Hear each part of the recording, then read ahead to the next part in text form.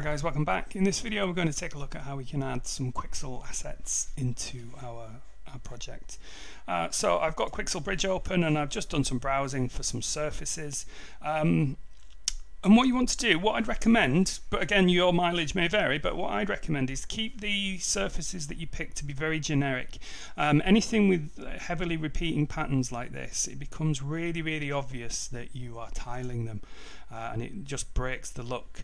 Because if you take a look at these materials, it gives you an indication of the size that it was captured at, or the photogrammetry settings that it sort of represents. And this is 1 meter by 1 meter. But my terrain is 1,000 by 1,000, so we'd need to tile that an awful lot to get anywhere near the sort of visual representation of what it's trying to represent. So I'd recommend going with something very bland and generic like this, and then we can use layering and masking and blending and color correcting to create that visual interest without any noticeable patterns. So what I'm going to do to start off with, I'm going to take a simple rock shape and a simple grass, and we'll look at a few different ways in which we can blend them together. Obviously for you guys, what you should be doing is analyzing your reference and sort of analyzing what type of surfaces and what different materials you need, and then you can use these techniques to blend them together. Alright, so what I usually do once I've identified some starting materials that I want, I will right click, go to files. That'll bring up an Explorer window with all the EXR files that I can use in Substance Painter. So I'm going to make use of that grass and this rock just to get us started. So again, right click, go to files, there they are. Okay, and then I can import them into my project. So I'm going to grab the albedo map, the displacement, the normal and the roughness, and just drag them into my content browser here. Alright, so the way Substance Painter imports resources is a bit strange. You've got to give them a few tags before it will allow you to progress. So I'm going to select all these maps, tag them as textures, and then import them to the current session. If you import to your library your assets, they will be there forevermore. So make sure you set that to current session, so it's just until we close Substance Painter, and then we'll import them. And then I will grab my other materials, albedo, displacement, normal, roughness, drag them in, same process, set them over to textures, current session, import. Alright, cool. So all the things we've imported live in this session tab here. If you want to see them all, just clear this search field here, and there we go, we've got our texture maps.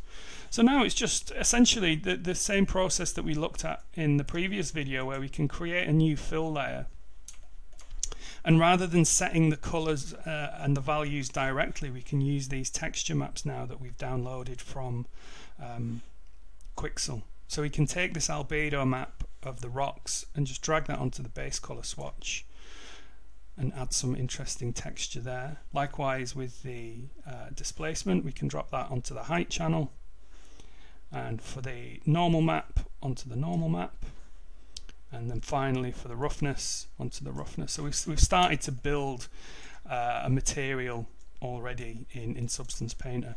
A few tweaks that I just want to do just to give us a better representation of that displacement. I'm going to jump to my shader settings here and just set some height value, not too much, not that much, just give it a little bit of a height bump there, so maybe 0.01, 0.001.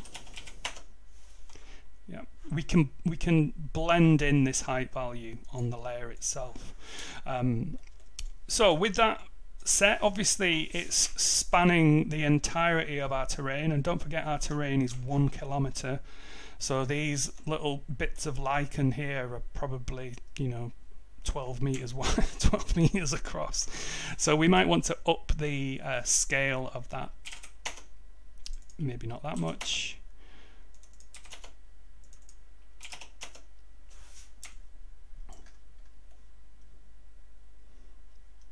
Okay, and as you can see, we're starting to, as I pointed out at the start of the video, we're starting to get that ugly sort of tiled effect, which we need to break otherwise, you know, it's going to leap out at you as being a tiled texture map. So we need to break that that effect, and we can do that with layering and offsetting and all that good stuff, and you'll see how we progress through that. And you can see our height information starting to come through the underlying height. If we want to blend that out a little bit, we can set our layer stack from base color over to height, and then we can actually just drop the opacity of single maps. Okay, so you can see we're affecting that height channel there. So perhaps we don't want any height on this first layer. Okay, so we'll drop that right down. And now for this base rocky layer, let's add a bit of variation to it, and a bit of, you know, to try and break up that that repetitive pattern that we have. So what I could do would be to just duplicate this layer. Okay, so it's exactly the same layer sat on top of each other, and let's just rotate this one by 45 degrees. So we're starting to mix up already, and we could maybe up the tiling on this a little bit. Okay, and then let's color correct this layer as well, so we're getting a little bit of a difference in the diffuse there. So with this layer selected, we can right click, add a filter, and in the filter we only want to affect the color information, so make sure you uncheck all these extra channels here. And then in this list we can look at color correct,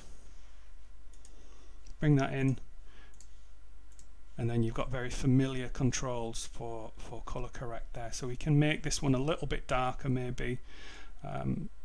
So let's bring down the luminosity on each of these channels, just make it, you know, a little bit, I'm trying to be subtle.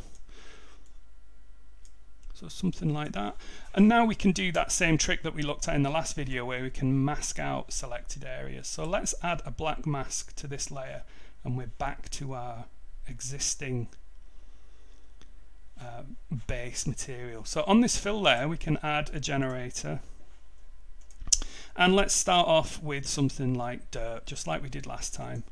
So we could add that dirt layer in there, and already we're starting to break that up. And so now you can play around with these settings to really start to get something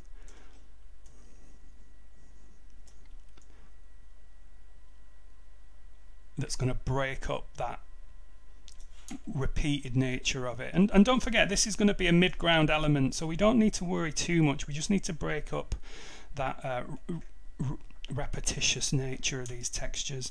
And as you can see, for a background element, we're starting to get some interesting variety in the texture there.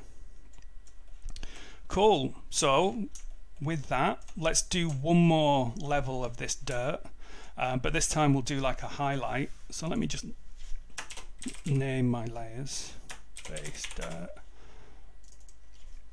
dark dirt, and then we'll do one more.